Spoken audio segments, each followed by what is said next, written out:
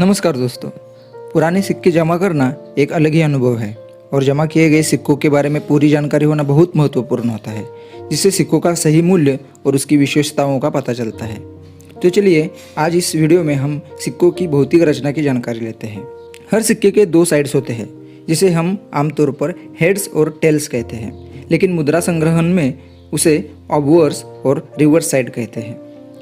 हर सिक्के पर edge, relief, field, legend, denomination, rim, date और मिंट मार्क जैसी रचनाएं अंकित की जाती हैं। तो चलिए देखते हैं कॉइन के हर एक अंक को विस्तार से।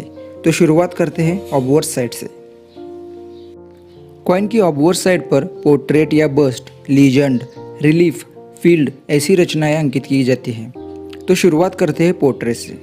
पोर्ट्रेट या बस्ट यह किसी भी देश, राज्य या रियासत के राजा का चित्र या राष्ट्रीय प्रतीक अंकित किया होता है, जो कॉइन को पहचानने का प्रमुख साधन होता है।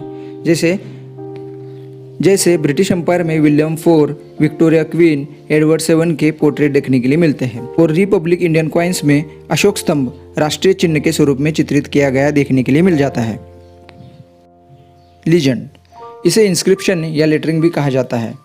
इसके द्वारा कॉइन किस कारण किस शासक ने डाला है, शासक का नाम आदि जानकारी लीजेंड द्वारा प्राप्त होती है।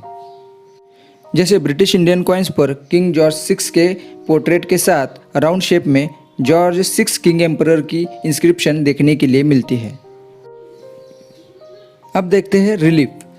यह कॉइन का एरिया कॉइन का उभरा हुआ भाग होता है और जिस पर आमतौर पर शासक का चित्र या राष्ट्रीय चिन्ह को चित्रित किया जाता है।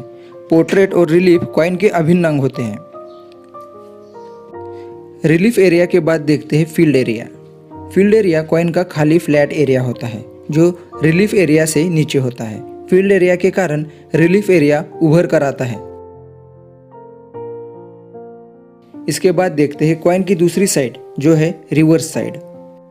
कॉइन की इस साइड पर कॉइन का मूल्य, कॉइन इशू किया गया साल और मिंट मार्क अंकित किया जाता है। ब्रिटिश इंडियन कॉइन्स पर यह चीज़ें साफ तौर पर दिखाई देती हैं। तो शुरुआत करते हैं मिंट मार्क से। ब्रिटिश इंडिया में कॉइन्स बॉम्बे, कलकत्ता और लाहौर में और कुछ तो विदेशी टंकसालों में बनाए जाते थे और उसकी पहचान स्वरूप सिक्कों पर मिंट मार्क चित्रित किया जाता है। बॉम्बे मिंट के लिए डॉट, लाहौर मिंट के लिए कैपिटल लेटर L ऐसे मिंट मार्क कॉइन्स पर अंकित किए देखे जा सकते हैं। मिंट मार्क के बाद देखते हैं डेट एंड डिनोमिनेशन। डेट या ईयर कॉइन कब डाला गया है यह दर्शाता है और डिनोमिनेशन कॉइन का मूल्य दर्शाता है। ऑब्वर्स और रिवर्स साइड के साथ एज और रिम यह दो कॉइन्स के पार्ट भी बहुत महत्वपूर्ण होते हैं। तो सबसे पहले देखते हैं एज। इसे कॉइन की तीसरी साइड भी कहा जा सकता है। प्लेन एज, रिडेड एज और सिक्योरिटी एज ऐसे एज के टाइप देखने के लिए मिलते हैं। सिक्योरिटी एज के कारण कॉइन की नकल करना मुश्किल हो जाता है। ब्रिटिश कॉइन एज में सिल्वर कॉइन्स रिडेड और सिक्योरिटी एजेस के साथ मिंट किए जाते थे। एज के बाद अगली रचना है रिम। यह सिक्के का ऊपर उठाया हुआ पोर्शन होता है, जो कॉइन के एज के पास स्थित होता है, जिस कारण सिक्का वेयर एंड टेयर से बच जाता है।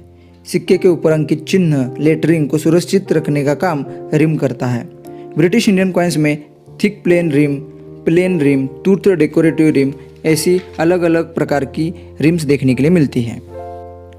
तो इन अलग अलग चीज़ों से कॉइन की रचना होती है, जो कॉइन्स को आकार देती है। सो फ्रेंड्स, मिलते हैं अगली वीडियो में। तब तक के लिए keep collecting and keep watching.